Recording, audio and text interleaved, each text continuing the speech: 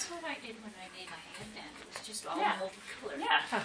But I don't remember how I did it to make it, you know, one piece. You don't know how to do that? Well, I would have an idea.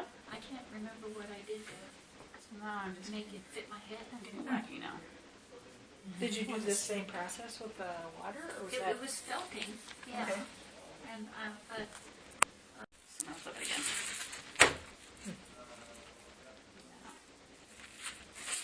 So again, as I'm going around, I want to check and make sure is everything here covered well, hold up to the edge. I want to make this side match the other side. So a little bit more white. you need some more yellow there. You do. Yep. A little bit more of this white curly Q.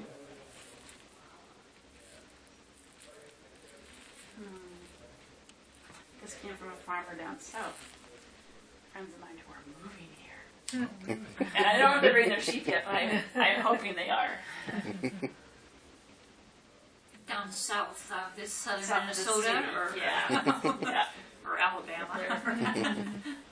Are they boomers who are retiring? Well, they're in their 50s. Yeah. Yellow comes over.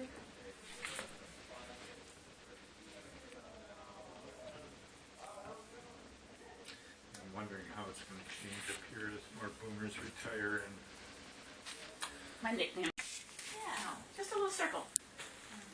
And another design option would be twisting these to make more of a linear design. And then you can just lay that out as you like. Make swirls, make a happy face.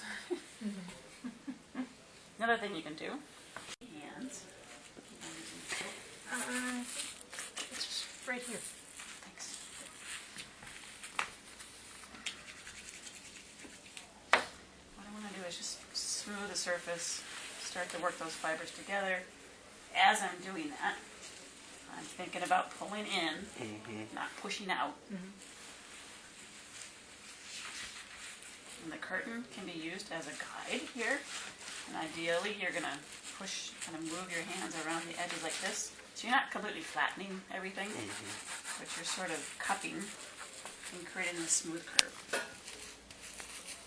And the trick here is to not do this so long that you have flattened your edges and created a seam. So we want to open this up just once it becomes strong enough to pull out your resist and not fall apart. And see, these fibers tend to want to still keep moving. So you're gonna have to cut it some way to get that resist out of it. Just as scissors. So where are you gonna make the hole? Right down the middle. Oh, Yep, because that. slip them out. Yep. Are you cutting through your resist, or are you? I tend not to. Okay. So I can use it just- again. Yeah, I just cut through one side and then the other. Okay. People tend to forget this ankle area. It's just sort of a hard area to get in, but make sure you give that. I'm not worried about it falling apart now.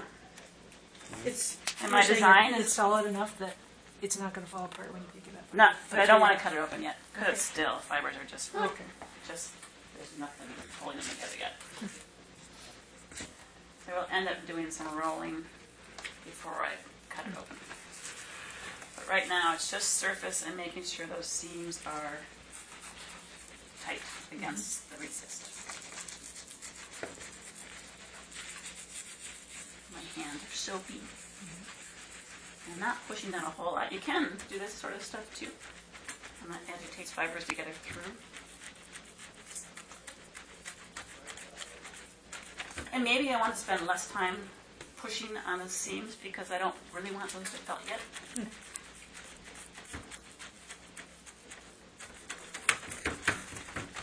This is an old-fashioned agitator. I never use it. I should be trained in the old ways. I guess that might help, but it's sort of, I already pushed my fibers around. That's why I don't use it. I don't know how to use it. But I think maybe further in the process you could use that. And a washboard. The old-fashioned washboard over there. I use that for final shrinking. And that's a really nice tool to have. It's just, I I take don't see where it is. It's It for was what the kind last of one or fabric? metal the one. final. Oh, the final. Yeah, once the fibers are strong enough, then you can really pull on them and stretch them. And you're in the stealthy shrinking phase. You can just rub it against that board, and that will shrink it magically. And you can rub it in one direction, it will shrink in that direction. You're really thoughtful about how it fits your foot. Yeah. Yeah. Cool. These things, you can see the white fibers not as happy about staying put, but through the rolling process, that'll all come together. So now what I'm going to do, I've seen people use a wooden rod works or PVC pipe. Rolling pin? A rolling pin. Like sometimes I just use a towel that's rolled up and use that as my way to roll. I think you roll because you don't want it to fold on itself, so you give it a little softer roll around something. So I'm going to agitate the whole thing at once, but you're also agitating through the slipper, so causing fibers to work through, not just surface rubbing.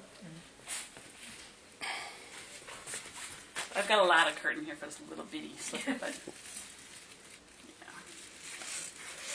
So right now it's moist, but it's not drippy wet. I want to make it tight. And I'm just going to use a kind of gentle roll. Oh, kind of like kneading bread or something. Not yet. Not yet. No, that comes later. It's a light. I'm not pushing down on it, I'm just rolling it and gently agitating. I'm not ready yet to be rough. Oh, I see. So right now, what I want to do is flip it over. So you always roll a little bit, check it out, and make sure everything looks good, nothing's kind of been pulled apart. Flip it over. I'm going to roll the other direction. And then I'm going to roll this direction. And then flip it again. So keep on rotating. I like putting the curtain in there because I think it holds the fibers in place. Rubber bands work. These are some old tights. And that's for really large. Yeah, when it gets larger and it tends to want to fall apart. So this just gives you Nice. more agility, I guess, without it falling apart. And I could do this for a couple minutes. So every time you rotate it about 2 minutes, each time you rotate it. Okay. Pulling in on the resist. I don't think I'm ready to. I'm going to roll it this way once. And then I'll cut it open. Let's see. Don't you have to roll it both ways? No, not really. No? No. Because you rolled it both ways the other way. Yeah. As long as we'll get to that. I mean, I can later on, it didn't shrink at all yet, really. So I'm not that concerned, but I just want to, I don't have to evenly roll this way and that way. Oh. I just keep on rotating. You make it a little bit thinner felt. Felt has to come together to shrink, but it becomes strong. So it's this funny, it's something you might You learn put too along. much, does it get like kind of lumpy and hard to It's not control? lumpy. It's more it just becomes stiff. And if depends what you want. Yeah. So, but I would say 6 ounces. We'll try to see what you can do. 3 ounces on each side, Yeah. and then think about design work before you lay it out. If you want an interior color, I would encourage you to not do a full interior color because it's a lot of work to lay out one color and do all the seam work. Flip it over, flip it over, flip it over, flip it over. It's a bit easier to do one color, and then if you want this area to be the secondary color, just put the second color here. Does that make sense? And whatever's, it can always be reversed. Your boots can be turned inside out. But you might want to begin thinking about whatever goes next to the plastic is the inside. And And then whatever you see is the outside. So if you want to add decorations, that's you do that final step. That makes sense. Yeah. Some things it'll sink in once you do it, and you'll ask me again. But I don't want to work flat because I don't want to have that seam develop. So I'm going to make sure I open it up. But now I'm going to roll it this way because I want this area to shrink. Yeah, shrink it the. Yep. way But low. she doesn't want to shrink this part Uh-huh. because she wants to keep the cuff, right? So we're going to try to avoid that and just focus on this part, rolling the bottom part. And I'm just going to do some randomness. And if I add hot water, it's going to go faster. But I also can do this. And I kind of like doing a curtain on there. Because fibers, she's got an area where the fibers are still loose. We'll needle felt those in later. Or add some new wool on top of that. Fresh fiber and needle felt it in. And that will help it stick. Yes. Thanks. So this protects the fibers, because this is pretty rough. And if I were to really crank on it, it's just going to pull fibers out. So the curtain just protects the wool as I do this. And that's shrinking it. Yeah. And I'm rubbing it this way intentionally because I want it to shrink inward. So I'm rolling it this way and rubbing it this way. If I want it to shrink this direction, I would do that. Okay. You mean legs? Lengthwise, Toe yeah. to heel. Yeah. Yeah. I also want to make sure I hit this area because people tend to avoid this part. It's sort of tricky. Just get your hand in there and work that. There's a little bit of a ridge.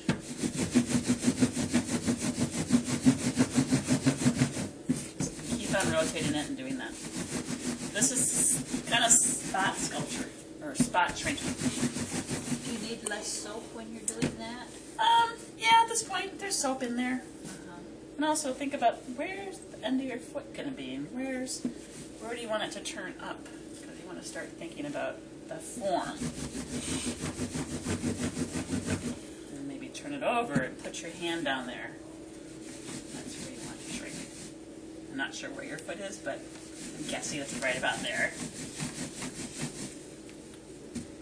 And again, I'm pushing this way, not because she doesn't want to keep the height. She wants to keep the height, but I want to shrink the width of it.